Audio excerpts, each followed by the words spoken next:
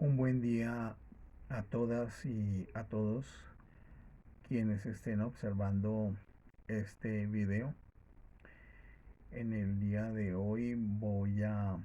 presentar la tercera entrega de las perlas de sabiduría del gran director divino correspondientes al concepto de mecanización de la humanidad. Esta perla fue emitida el 29 de enero de 1965. Por lo tanto, se recomienda tener comprensión con cosas que se digan que de pronto sucedieron en épocas anteriores. Sin embargo, la proyección de la sabiduría que hay inmersa dentro de las palabras permiten entender y ajustar a las situaciones del presente eh, todo lo que se enuncie aquí. Esta parte es la llamada parte C. Está referida a la creación. Y dice de la siguiente manera: para todos los que conozcan la divina inteligencia de la creación, que otorga a la libertad el poder para crear con alegría, venimos a romper el sentido mecánico. La búsqueda eterna de la libertad es una cualidad divina que lleva a la humanidad a la esencia misma de la divinidad. Estar libre de responsabilidad no es libertad, sino esclavitud, ya que la libertad es el poder de crear sin tensión o el sentido de la misma, y sin involucrarse en la mecánica de la naturaleza. Cuando los diseños originales de la vida fueron hechos por la inteligencia cósmica de Dios, estas formas fueron dotadas por el poder de perpetuarse y los impulsos de la inteligencia universal inherente dentro de ellos para que las mejores posibilidades para la individualidad pudieran sostenerse bajo las condiciones de la forma y de la conciencia. Ahora, cuando los seres humanos se involucran en un sentido de mera memoria y, y pierden eh, de vista el diseño interno cósmico, que es un despliegue total automático del y primer patrón y primera elemento que funciona de alguna manera como los reflejos humanos de manipulación instintiva y subconsciente de la sustancia, se convierten en víctimas de un estado muy desafortunado que, aunque inmerso en la idea de buena voluntad y el deseo de hacer lo correcto,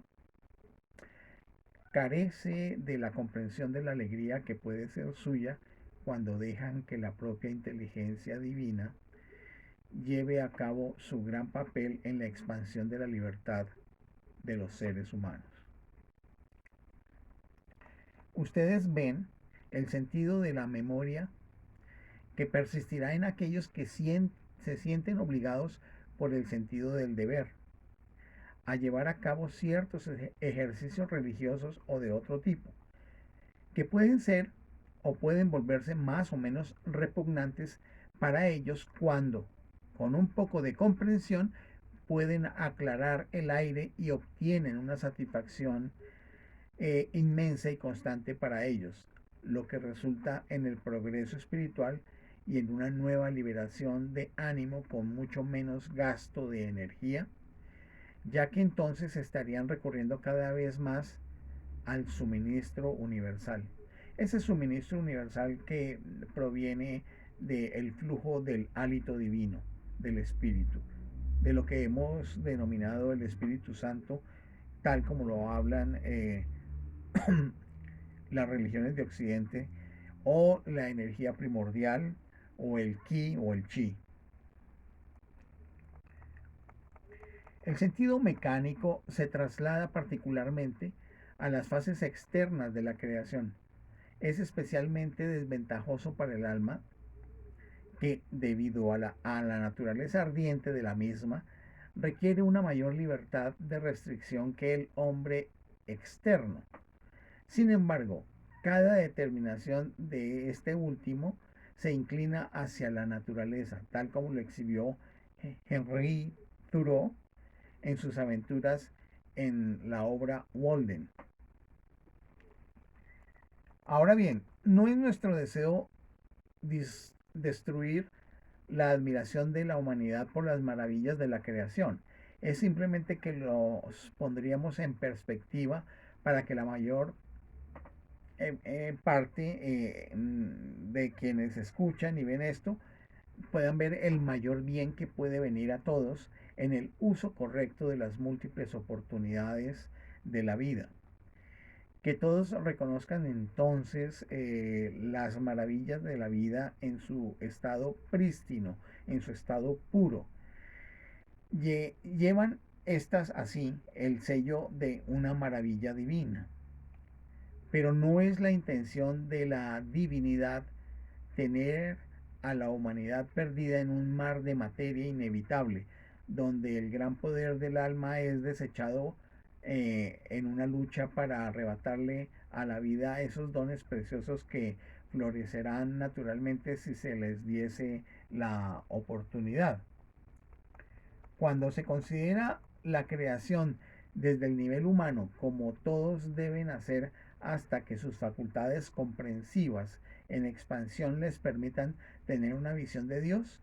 no parece ser otra cosa que una masa conglomerada de energía y de sustancia, cuyas incongruencias e indefiniciones presentan una fase del caos y un segmento de la realidad. El debate sobre si la materia es real o no, vista desde el nivel divino, sería un absurdo si se pudiera reducir lo divino a lo humano. Pero en realidad lo contrario es cierto, porque cuando las percepciones son precisas, es porque el alma ha surgido al nivel de la realidad, el, el plano de la primera causa, donde la única realidad es el creador y la dualidad de la materia y el espíritu se ve solo como el espíritu. Yo invito a una reflexión detallada de estas palabras para poder penetrar profundamente en su significado, de tal manera que se pueda develar la sabiduría interna que hay allí. Cuando observamos lo que aparentemente concebimos como materia, al final de cuentas es una percepción de los sentidos físicos de algo que es resultado del hálito, que se ha transformado de alguna manera por múltiples vías, porque pueden ser las vías de los seres humanos en su actuar, pero pueden ser las vías de la naturaleza en su evolucionar, pueden ser las vías de las fuerzas cósmicas que en alguna medida generan una serie de efectos y consolidaciones que aparentemente son sólidas para nuestra percepción. Pero al final de cuentas, todo es hálito, todo es espíritu. Ahora bien, como muchos han especulado correctamente, la manifestación del mundo de la forma es directamente el resultado del plan divino. Con la excepción de que la intervención de los conceptos mortales de los seres humanos dentro del plan original y la presentación actualmente torcida que hay en ciertas elaboraciones hechas por la humanidad, ha resultado en un gran abismo que se fija entre las orillas de la conciencia de la verdad, de lo real existente, y la conciencia errónea del sentido dañado, pervertido o degradado que la conciencia humana ha generado.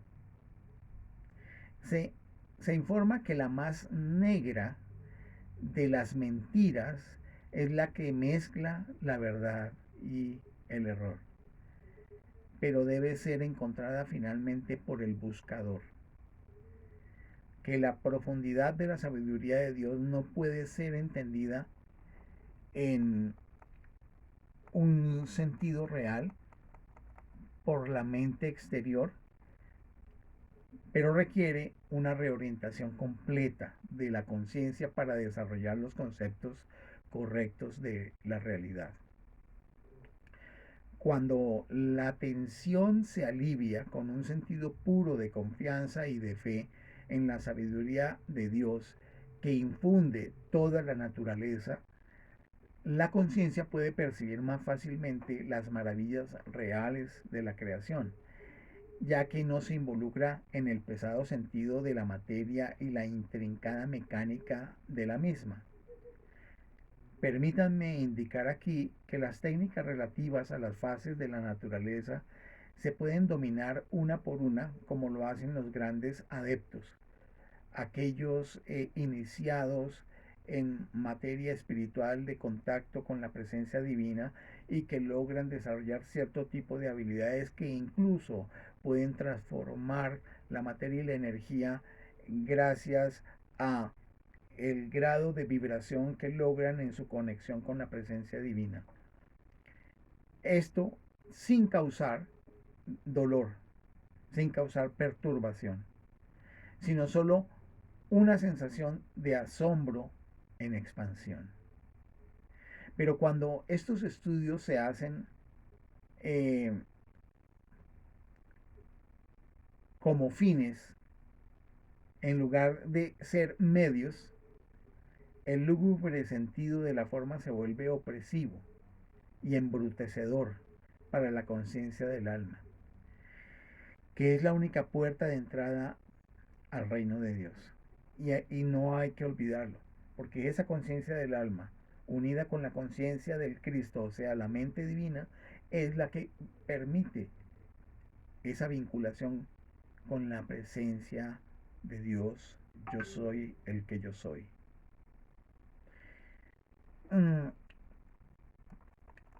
Estoy particularmente interesado en esta versión de la sabiduría para limpiar a muchos estudiantes, a muchos seres humanos que buscan a Dios de la sensación frustrante de la vastedad abrumadora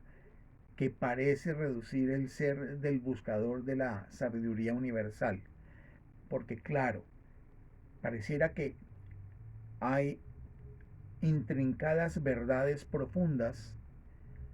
que pareciera que son muy difíciles de asimilar y entonces la conciencia del buscador se empequeñece, se atormenta ante la inmensa grandeza y hasta puede desistir de su búsqueda. Vale decir entonces que los humildes se asombran de las leyes del universo mientras que los osados ni siquiera respetan la vida, que contiene a todas las cosas. Vean entonces que al convertirse en un niño pequeño, la hermosa sensación de paz se extiende para dominar la sabiduría universal por herencia, más que por el logro competitivo. Es indudable que en la medida en que se reduzca la osadía y se transforme en humildad, reconociendo la inmensidad, pero sin dejar de buscar en medio de ella, fluirá de a poco para esa construcción de la conciencia del alma en la comprensión de los innumerables campos, estaciones, fases y características que tiene que ver con el saber divino, que es no solamente un saber de relación de cosas para relatar, sino para hacer. La gracia está identificada con Dios y la obra de construir el templo interior, que es encomendable a todos nosotros, es la cualidad sagrada como capacidad para realzar el trabajo y fructificar la vida más estéril, con el maravilloso sentido de ceder a los cuidados del gran hacedor dentro de nosotros, de amor universal cuya voz es escuchada diciendo, yo soy la ley, yo soy la gracia, yo soy el ritmo que mantiene para siempre el equilibrio divino, la sensación de ser todo lo que Dios es. Yo soy en este momento y para siempre, porque el yo soy es el nombre divino de la identidad perfecta, el restaurador, el que dice yo soy la resurrección y la vida. Yo soy el que devuelve la vida y soy la vida. Dejemos que todos pierdan el sentimiento de prisa opresiva que ridiculiza la comodidad y sabiendo que la sinceridad es su propia recompensa, perciban que Dios está más que dispuesto a iluminar al buscador de sus caminos ocultos con el conocimiento recibido en la gracia y el deseo inherente de ser semejante a Dios. Porque al final de cuentas, en su esencia infinita, el alma tiene la misma sustancia de Dios, porque procede de Dios. Que todos sepan que la planificación cuidadosa y la decencia divina son vestiduras reales que cuando se usan honorablemente producen las imágenes o los reflejos verdaderos de Dios Todopoderoso en cumplimiento de la ley en los seres humanos. Creo que a medida que avanzan en sus pensamientos para analizar más y más sobre el abandono del sentido mecánico y la afirmación de los poderosos dones y gracias de Dios en sus asuntos cotidianos, verán por qué la hermandad blanca, es decir, la comunidad de los santos vestidos de blanco, esos seres que han logrado la victoria en Dios, liberaría a los hombres de los males que los acosan con tanta facilidad y proporcionan un cuadro y una brújula de vez en cuando para configurar a los navegantes más capaces en un rumbo real, en ese camino, en ese sendero hacia la realización perfecta de la unión del alma con la presencia divina, a través del mecanismo de la conciencia del Cristo, la conciencia divina.